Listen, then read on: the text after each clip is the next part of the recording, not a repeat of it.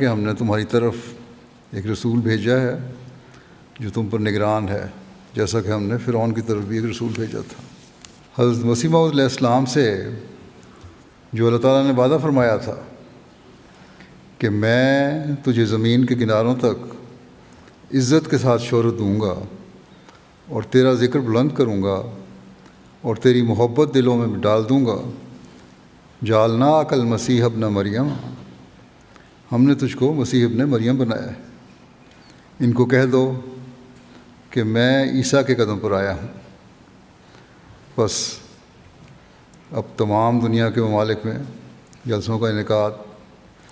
آپ کا نام عزت و احترام کے ساتھ پکارا جانا، آپ کے نام کا نعرہ، یہ سب اس خدائی وعدے کے مستحق ہے کہ آپ ہی وہ مسیح موعود اور مہدی موعود ہیں جو اللہ تعالیٰ کے وعدے کے مطابق اور حضرت صلی اللہ علیہ وسلم کی پیشگوئیوں کے مطابق آپ صلی اللہ علیہ وسلم کی غلامی میں آئے۔ آج یہ قادیان کی بستی جو 125 سال پہلے ایک معمولی گاؤں یا بستی تھی، ایک خوبصورت شہر کی حیثیت اختیار کر گئی ہے، بلکہ دنیا کے کونے کونے میں اس کی شہرت ہے۔ اور یہ شہرت حضرت مسیح موعود علیہ السلام کے نام کی وجہ سے ہے، اللہ تعالیٰ کے آپ سے کیے ہوئے وعدے کی وجہ سے ہے۔ بس یہ خوبصورتی ہے اللہ تعالیٰ کے وعدوں کے پورا ہونے کی۔ ایک آدمی جو ایک چھوٹی سی جگہ میں رہتا ہے جہاں پہنچنے کے راستے بھی کٹھن ہیں اور کسی قسم کے وسائل بھی نہیں، وہ دعویٰ کرتا ہے کہ اللہ تعالیٰ نے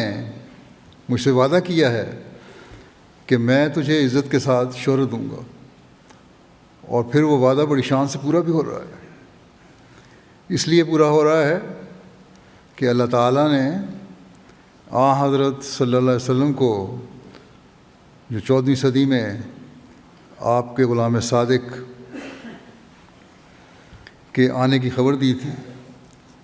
تاکہ احیاء دین کا ایک نیا دور شروع ہو، اس کی تکمیل اللہ تعالیٰ فرما رہا ہے۔ بس حضرت مرزا غلام احمد علیہ السلام